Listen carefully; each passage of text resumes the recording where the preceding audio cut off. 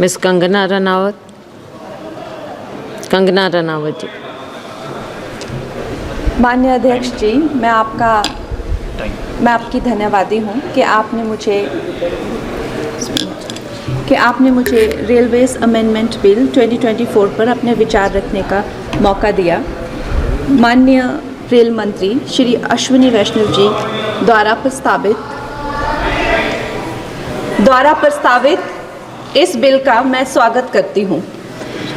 जैसे कि हमारे प्रधानमंत्री श्री नरेंद्र मोदी जी हमेशा ही कहते हैं कि सरकार का काम होना चाहिए जो लोगों के जीवन में सरलता लाए, चाहे वो लॉज हो, ब्यूरोक्रेसी हो या सरकार के दफ्तर हों, उनके लिए वो एक्सेसिबल होने चाहिए और उनके लिए जो है वो किसी तरह का स्ट्रेस जनरेट ना करें और इजीली अवेलेबल होने चाहिए। निश्चय ही ये जो बिल है इस उद्देश्य में जो है वो सफल होता है और इसके अंतर्गत जो है 1905 में जो रेलवे बोर्ड एक्ट था उसको 1989 में जो रेलवे एक्ट है उसमें क्लब किया जा रहा है। निश्चय ही इस तरह के जो एक सिंगुलर लॉ बनाकर जो है वो आई फील कि हमारे जो साधारण मानवीय हैं उनके लिए बहुत ही इजीली अवेलेबल होंगे, एक्सेसिबल होंगे, इसीलिए मैं इसका स्वागत करती हूँ।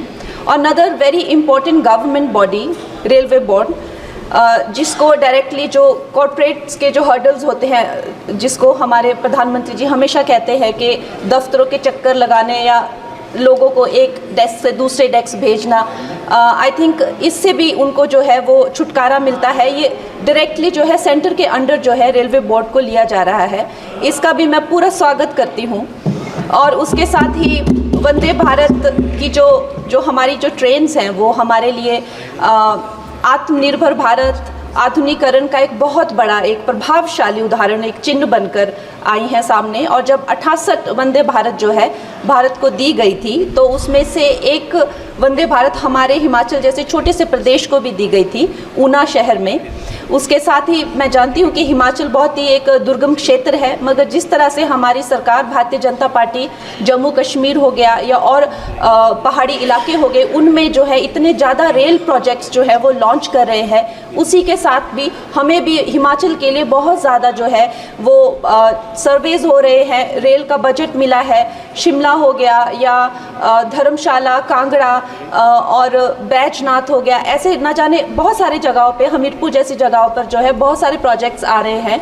लेकिन मैं माननीय मंत्री जी का ध्यान मैं मंडी क्षेत्र की तरफ लाना चाहूँगी। एक्चुअली मंडी क्षेत्र 60 to 70% ऑफ जो हिमाचल का जियोग्राफिक एरिया है वो मंडी क्षेत्र में ही आता है और हमारा जो क्षेत्र है उसमें अभी तक इस तरह का ना कोई सर्वे हुआ है ना सुविधा है। अगर हमारे क्षेत्र में अगर चाहे वो सेंट्रल मंडी अगर दिल्ली से जुड़ता है या चंडीगढ़ या चाहे अंबाला जैसी 2-3 जगहों से भी अगर हमें जोड़ा जाए तो हमारे हिमाचल की जो प्रगति और विकास है उसमें हमें बहुत सहायता मिलेगी।